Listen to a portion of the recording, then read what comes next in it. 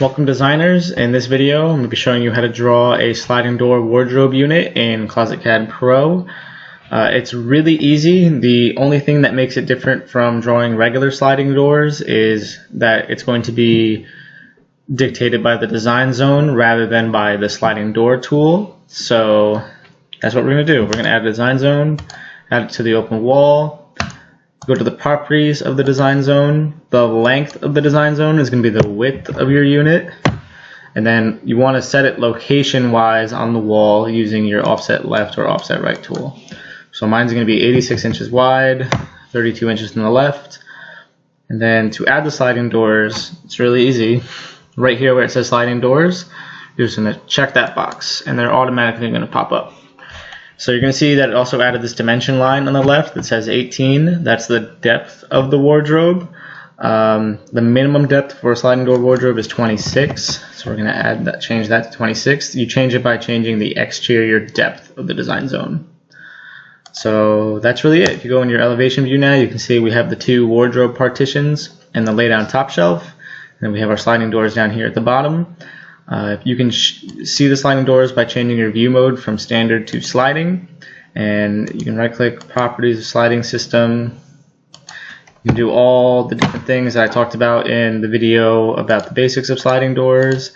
Like I said, really easy. Everything's here. It's all the same. So that's that. Now we're going to add some internal components to this wardrobe.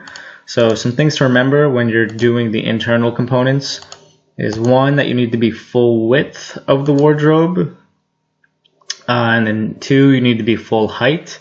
That lay down top shelf needs to be supported by something, so these need to go to that top shelf. You can change the height of the unit if you'd like. I don't know, we can do that. Really, that's it. So another important thing to remember, see how we have this double par here on the sides? You need to keep that. Structurally, we need that wardrobe partition to attach to the internal partition, and we don't drill that outer one, so we can't attach any shelves, poles, drawers, anything directly to that wardrobe partition. Always need that double par on that either side of a wardrobe unit. So that's really it. Wardrobe's done. I'm just going to show you how to add it to your final plans. It's pretty much the same process as regular sliding doors. This will pull up. So you've got your plan view, you've got your elevation view on the next page,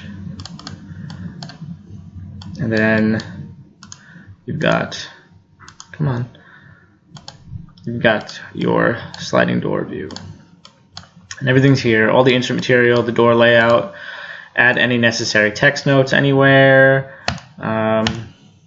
That's really it. It's really simple, and wardrobes are great for a lot of different things. So there you go.